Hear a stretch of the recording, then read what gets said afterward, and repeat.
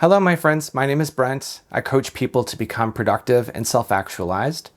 And today we're here to talk about learning, specifically the art of learning things really quickly. So I say with humility, I have personally always had a knack for learning things quickly. If it's a new sport, a new task, a new language, a new concept, I've been able to grapple with it, dive into it, and internalize it, and speak the language of it relatively quickly, been able to reproduce it or to do it really quickly. And it only occurred to me just recently to see if I could figure out how I'm able to do this and to create a formula out of it. And so that's what gave birth to this video here today. There are three major things that pertain to learning something quickly. Three major sections of this video where if you were to take the time that it takes to learn this and internalize it, some of it you may recognize, some of it you may not, then the next thing that you learn going into your future, you will be able to learn much more quickly. I have no doubt about this at all. And not only that, but for the rest of your life, you'll be able to learn everything a lot more quickly than you otherwise would, saving minutes, hours, days even of your time. So that would certainly make this a great investment of your time. So that's my big value proposition. And without further ado, let's dive in. So the three sections, very simply, number one is frames and framing. So we're going to establish 5 important frames for rapid learning. Number 2 is meta attention, explaining what that is and why it's important and how to use it. And then section 3 is learning loops. You'll see me referencing my notes here on my phone. Learning loops. So what a learning loop is and how to use this principle too for rapid learning. So here we go. Section 1, framing. So here are the 5 frames that you can use. And so these are basically beliefs that I'm inviting you to purchase, to believe. These are contexts that I suggest that you enter into learning from. So it's almost like you're learning something through these frameworks that I'm about to give to you. If you find yourself resistant to any of them or rejecting any of them, don't worry too much about it. Like if anything is like really offensive to your sensibilities, just let it slide. But at the same time, you may want to investigate what it is that offends you about these frames, because it may indicate that you hold an opposing belief that is actually sabotaging your learning. The overriding theme in a lot of the videos that I make here is that your beliefs create your reality, and your beliefs are malleable and your reality is malleable. And everything that you really consider to be hard, fast, cold, hard truth about you and about life and about what it takes to learn something is probably not nearly as dyed in the wool as you think. It's actually the belief that holds it in place. So we want to constantly be questioning our thoughts as we go. So, in no particular order, here's framework number 1. You are aiming for the correct balance of process and outcome orientation. So this is the equation that gives us the flow state. So process orientation is when you're doing something for the enjoyment of doing it, watching TV or going out for a walk. Like when you go out for a walk, for example, it's not like you're urgently trying to finish the walk. You're just enjoying the walk. And then outcome orientation, by contrast, is when you're trying to get to the thing. You're trying to get to the end. You're trying to complete it. It reminds me of maybe a video game that I'm enjoying on the Nintendo, where I tend to play these games in sort of an obsessive way. I'm trying to get to the end as quickly as I can. But then once you get to the end, it's like, well, I hope you enjoyed it. That's it. It's all over. I hope it was fun. And I forgot to have fun. So when you run an excess of outcome orientation, the whole point is missed. You're just constantly trying to get to the end of everything, and then your life's over. And that's it. That's all it actually was. The whole thing was supposed to be the process. But if you're only doing process and you don't have a keen eye for the outcome, well, then you're equally lost. You're ineffective. Nothing's actually happening. You're just kind of going in circles, and you're not getting the best possible outcome of the thing, whether it's the day or the lifetime.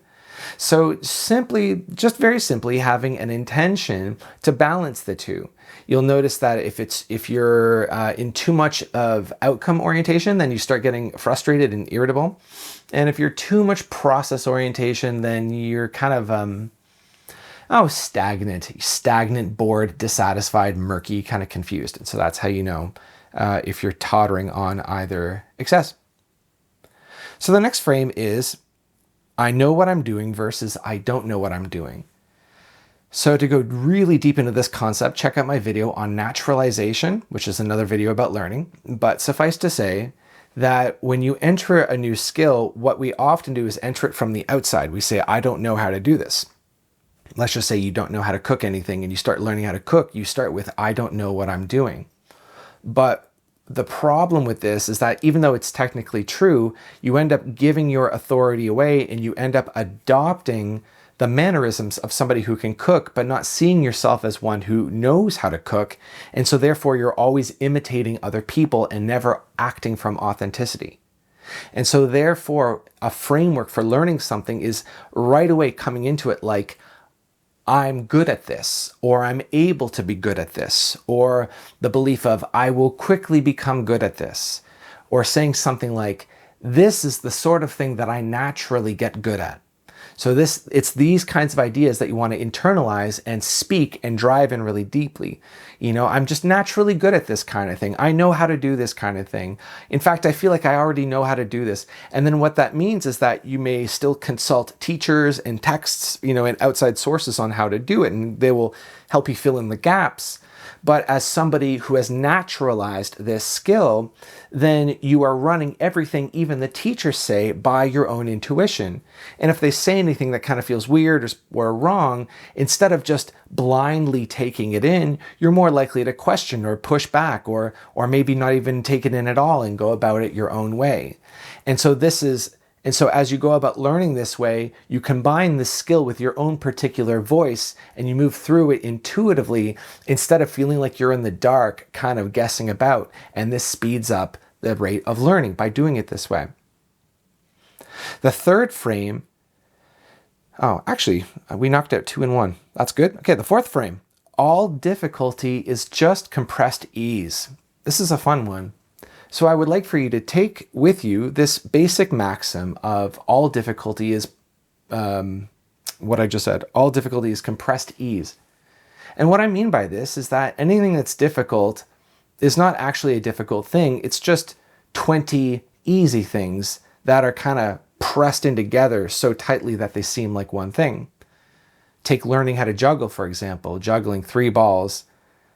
You know, it may seem like a difficult thing, and maybe it is difficult just to jump right into being able to do it from not being able to do it. But you can certainly throw 1 ball, can't you? And you can throw 1 ball and catch it in your other hand, can't you? And then while that 1 ball is in the air before you catch it, can you manage to throw a second one with your other hand? And so on and so forth. All difficulties just compressed ease. And what excites me about knowing this, and what excites me about you knowing this, is that it means that you can basically charge into any learning situation that you want, and it stops mattering how difficult it is. Physics, quantum theory, juggling 8 balls, painting at an artist level. I mean, you may not be able to do these things necessarily overnight, but you just realize that this one thing is actually just 1,000 easy things, and then you break it up and do one at a time with an equal balance of process versus outcome orientation, and that's how people come to do amazing things, and this is how you can do an amazing thing, or multiple amazing things. The 5th frame is that attempts are done consciously, but the learning is done subconsciously. Okay, so learning itself is done subconsciously. And we're going to talk a little bit more about this when we get into learning loops. But the idea here is that whenever you're doing something, the idea is to try your best. To take a new example, let's say you're learning how to cook the perfect steak. And you've never done this before. You've never done any of it before. You're just coming at it right off the street, never having barbecued in your life. So you just do your best. You just do your best. Do your best. And then you go through the whole thing, you cook it and eat it. Hopefully it turns out well. And then when you sleep that night, you will internalize, you will integrate, you will absorb and digest what had just happened, turning that turning into muscle memory. Like it goes from being sort of electrical front lobey kind of information, and it moves through the brain, moves through the mind, moves into the musculature and the nervous system, and becomes something that your body knows how to do. So the attempt to do something is what you do consciously, but the learning is subconsciously. And I say this because a lot of us mistakenly go about the learning process, the actual integration process, consciously, where we try to actually force information into our minds. We try to do it on purpose, and that creates a lot of friction because that's not actually how the learning software is designed to work. So there we are, process versus outcome orientation. I know what I'm doing versus I don't know what I'm doing. The task is knowable, learnable, masterable. Just one quick thing on that. It's like, no matter what you do, if you're going to do it, the idea is to begin with the frame that this task is knowable, learnable, or masterable. And if you're not willing to do that, then you are wasting your time learning the skill. This is kind of matter of fact. It's sort of common sense when you think about it that way. All difficulty is just compressed ease is number 4. And number 5 is attempts are done consciously and learning is done subconsciously. And so those are the 5 frameworks.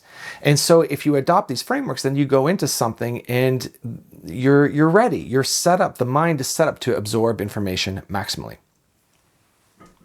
Section 2, meta attention. So if your attention being on something refers to you, let's take a new example now. You're learning how to change the oil in your car. And so your attention is on the process and your attention is on doing it right and following the procedure and not making mistakes. Then meta attention is your attention on the fact that you're doing it. So it's attention that's outside of you, the sphere, you can imagine it as a sphere of you and the activity, and looks from the outside at this thing. And granted, this is a little bit difficult and a little counterintuitive because especially if it's a little, let's say high stakes, like you really don't want to make a mistake changing the oil in your car, you're going to want to pay a lot of attention. But at certain moments, as much as you can, you want to have some of your attention on the fact that you are doing this.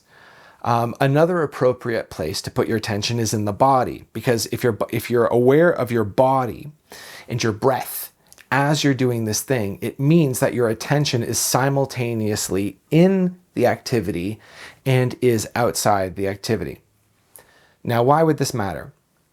Because if your attention is in the activity, then even if you're doing your absolute best with absolute focus and precision as you go through this thing, your mind is a closed loop. You are entirely in the thing and you're coming at the activity only with the information and knowledge that is available to your mind and whatever materials are present. Whereas, if you have some of your attention that is open, if there's a little perforation or a little aperture in your attention so that you are aware of what you're doing, you get this outside perspective, then there is a window for intuition and insight to come in from the subconscious mind. And then what you'll find happening is that often problems that hound you, struggles or roadblocks that just vex you and you can't get through the use of meta attention, you are able to dissolve them. And you're able to dissolve them simply because your attention needs to get to the appropriate level of meta in order to do that, right? If your attention is inside of what you're doing, then you can't see around it. And it's almost like only having 2-dimensional vision when from a 3rd-dimensional standpoint, you can just walk around the wall instead of trying to press your way through it. So you can imagine like a back door to your mind or a window that's constantly open. Furthermore, what happens when you have meta attention, you will notice tension in your body. You'll notice where you are contracted. You'll notice when you are in a state that is inconducive to learning. Because if you're doing something and your body's tense and your breath is shallow, then it causes you to be in a state of stress and anxiety, and you're not totally grounded in the body, and you're not able to access your deepest wisdom. And you are furthermore acting from a sort of reactive place. You are acting from fear. And actions that are taken from fear tend to be low quality actions. They tend to kill the golden goose. They tend to cause damage as they create damage. Whereas by the use of having meta attention, you'll find often that your breath naturally deepens and your body relaxes, and you'll shift away, because typically in a situation like this, we're over-indexing on outcome orientation. We shift back to process orientation, which is to say that we go back to enjoying ourselves. I have a new game that I'm enjoying playing called Hollow Knight, and it's on the Nintendo, and there are some very difficult opponents that you have to face. And I continuously find as I face these opponents that my body is getting tense, and I'm really just trying to get through this because it's stressing me out. I'm not having a good time.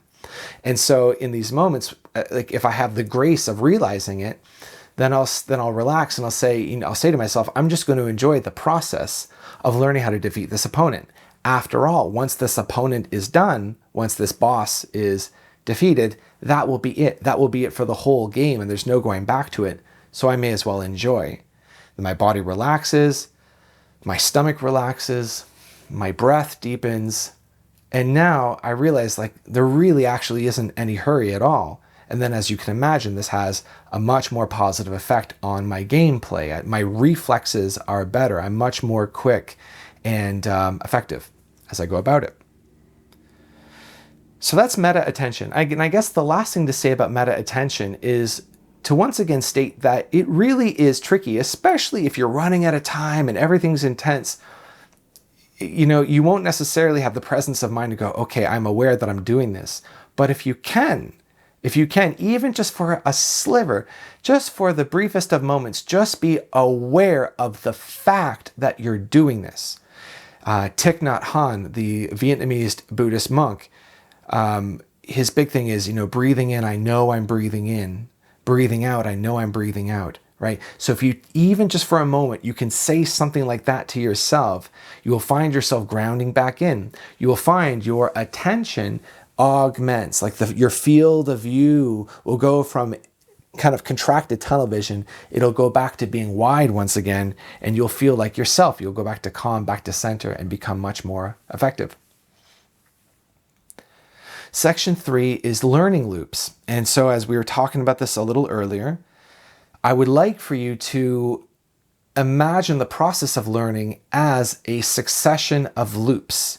Another way of visualizing it as attempts. It's just a series of attempts where you have the starting square, you have something that you're attempting to do, you go for it, you get the results that you get, and then you come back to the starting square and you integrate what you did and you repeat. You repeat 10 times, 100 times, 1,000 times, 10,000 times, as much as is required to attain this particular skill. So the number one biggest mistake that I observe other people making when they attempt to learn is they contract around missing the mark.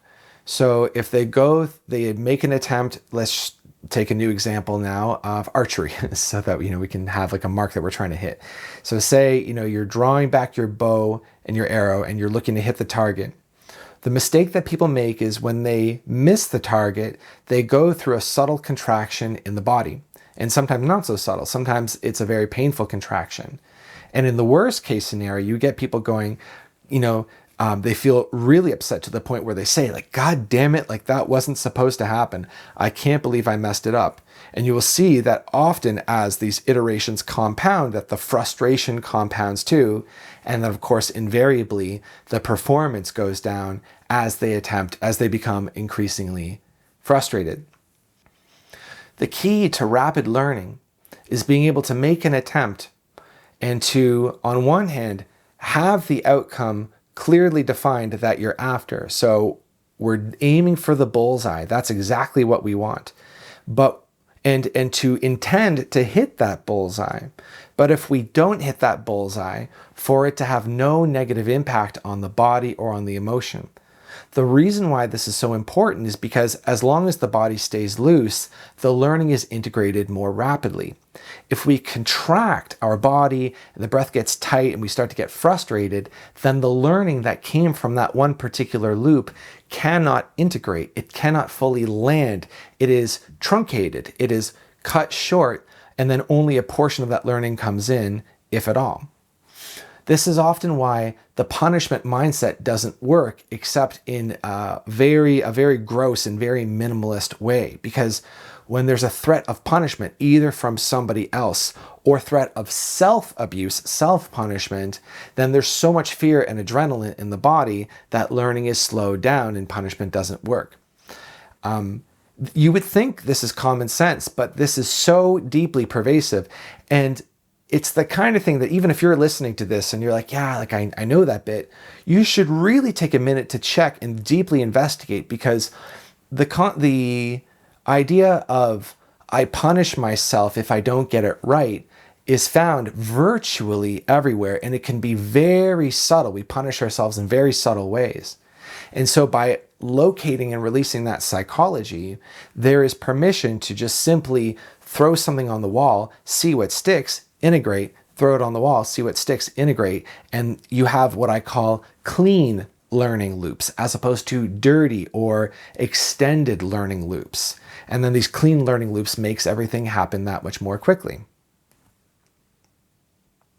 I should further say this, and this is similar somewhat to meta learning, where we withdraw our attention somewhat in order to learn better. And it's also related to what I said about the